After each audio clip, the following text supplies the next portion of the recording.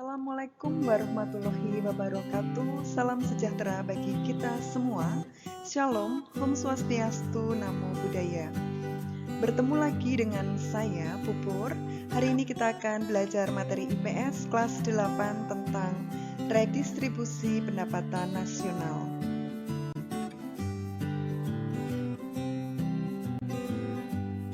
Tujuan pembelajaran hari ini ada dua.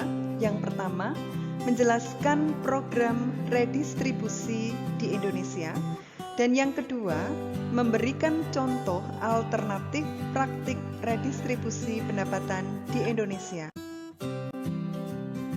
Kita masuk pada pengertian redistribusi pendapatan. Apa itu redistribusi pendapatan? Pendistribusian kembali pendapatan masyarakat kelompok kaya kepada kelompok masyarakat miskin, baik berasal dari pajak ataupun pungutan-pungutan lain. Tujuan redistribusi pendapatan nasional yaitu sebagai bentuk jaminan sosial yang dilakukan negara kepada masyarakat.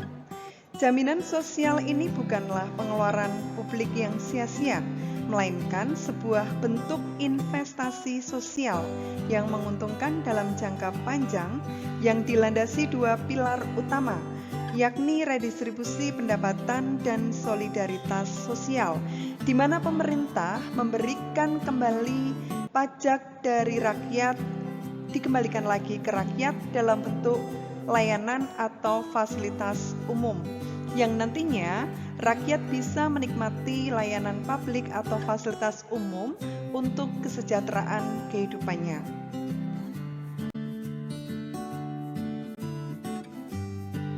Bentuk redistribusi pendapatan ada dua, yaitu redistribusi vertikal dan redistribusi horizontal. Redistribusi vertikal merupakan jaminan sosial berupa bentuk dukungan warga masyarakat yang kuat kepada masyarakat yang lemah secara ekonomi.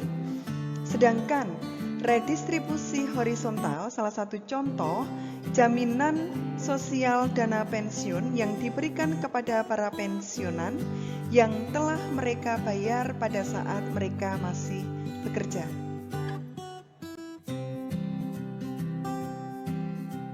Dalam rangka mewujudkan program redistribusi pendapatan di Indonesia, maka pemerintah melakukan beberapa strategi.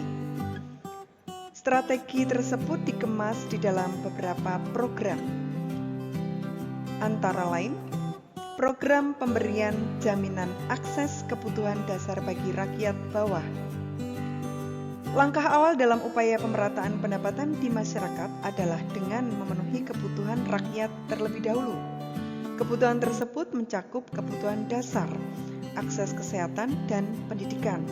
Maka diwujudkanlah bantuan-bantuan seperti BLT, bantuan langsung tunai, Jamsos, jaminan sosial, Bansos, bantuan sosial seperti sembako, BOS, bantuan operasional sekolah untuk sarana pendidikan, PKH, program keluarga harapan. Program redistribusi di Indonesia berikutnya berupa program kredit lunak dan penjaminan kredit berbasis komunitas. Kredit lunak dalam bentuk wujud KUR atau kredit usaha rakyat, khusus usaha mikro untuk mendapatkan pinjaman dengan syarat ringan, sehingga UMKM akan terhindar dari kendala aturan-aturan perbankan yang menyulitkan mereka untuk mendapatkan pinjaman modal.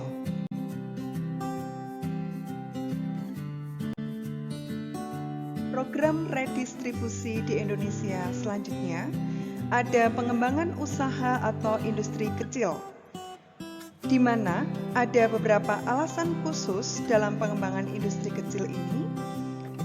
Alasan yang pertama, usaha kecil itu menyerap banyak tenaga kerja. Alasan kedua, usaha kecil bisa memeratakan dalam distribusi pembangunan. Alasan yang ketiga, pemerataan dalam distribusi pendapatan.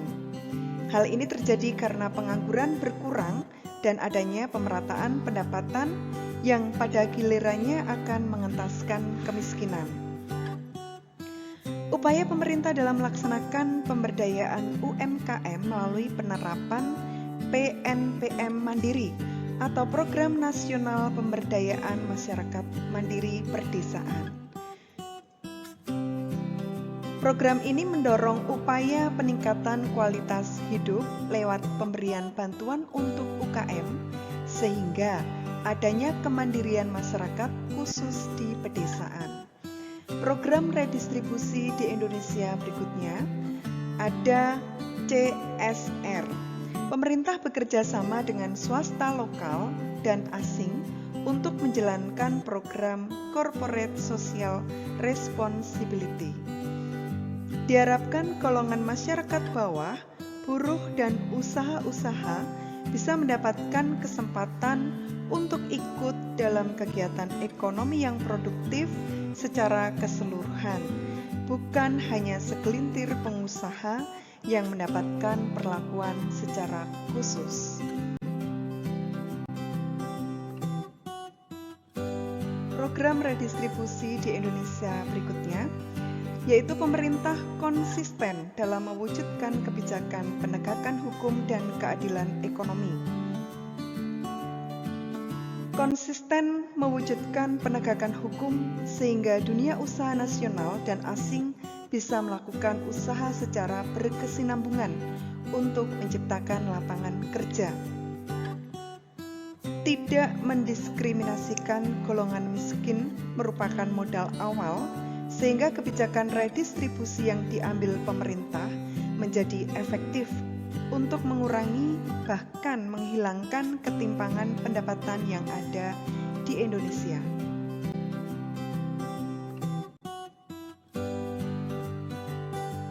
Alternatif praktik redistribusi pendapatan di Indonesia ada dua bentuk, yaitu subsidi dan pengenaan pajak.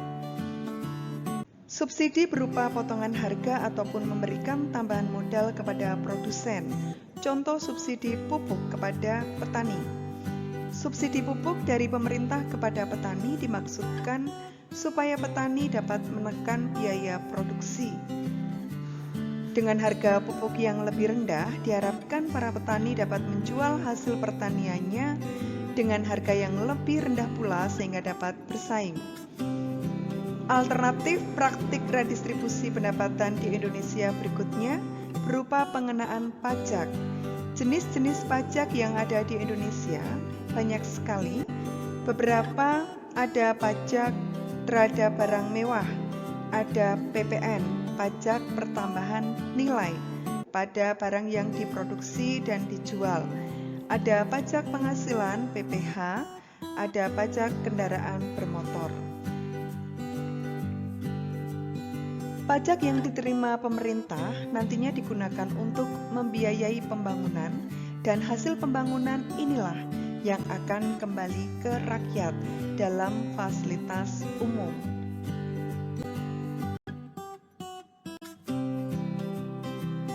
Kesimpulan yang didapat dari pembelajaran hari ini, di mana pajak yang telah diterima negara selain sebagai pendapatan negara, juga akan dikembalikan lagi ke rakyat dalam bentuk pembangunan layanan publik, bantuan-bantuan sosial.